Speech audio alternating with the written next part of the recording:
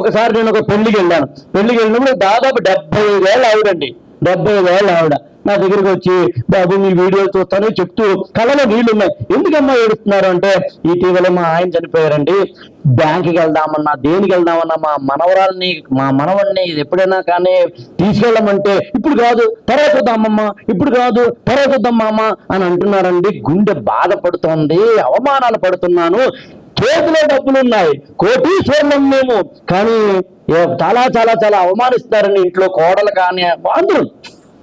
అప్పుడు సరదాగా అన్న మాట ఏంటంటే, కారు డ్రైవింగ్ నేర్చుకోవచ్చు కదా అన్నాను. మీరు పదేవారండి, 75 ఏళ్ల వయసులో కారు ఏంటండి, డ్రైవింగ్ ఏంటండి. భోజనం చేస్తున్నా వెళ్ళిపోతూ మళ్ళీ చెప్పాను, భుజం మీద చేసి మా అమ్మకో బామ్మకో చెప్పినట్టుగా, కారు డ్రైవింగ్ నేర్చుకోండి. ఇన్సిడెంటల్లీ నేను తెలుసుకున్నారు, ఆవిడ కూడా ఉండేది మా ఇంటి దగ్గర, అంటే మలకపేట అంటారు ఆ ఏరియా, తెలిసిన వాళ్ళు తెలుస్తుంది. మా ఇంటి దగ్గర డ్రైవింగ్ వచ్చి ఉన్నాడు, ఆడికి ఫోన్ చేసి ఈవిడ ఫోన్ నెంబర్ ఇచ్చి అప్పటికప్పుడు అయిపోయాడు. 6 నెలల తర్వాత ఆవిడ మా ఇంటికి వచ్చారు. మా ఇల్లు 3 ఫ్లోర్ బిల్డింగ్, 1st ఫ్లోర్లో ఉన్నాను నేను వస్తున్నాను సార్ అంటే, రావమ్మా నన్ను, దాందే ఉంది.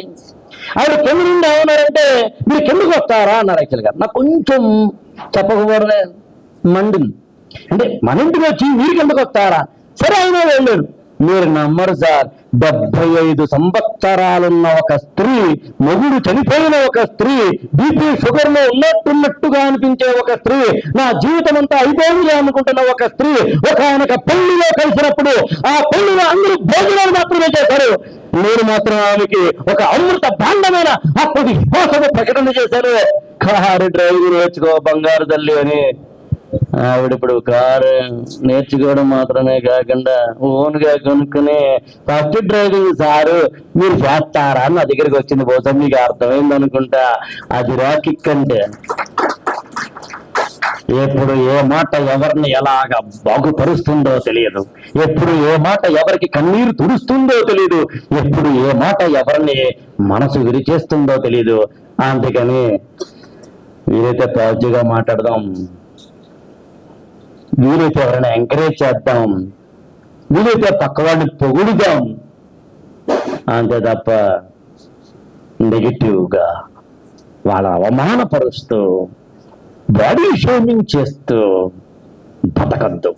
సరదాకి కూడా అయితే మాట్లాడదాం పాజిటివ్గా, లేకపోతే మూసు కూర్చుందాం.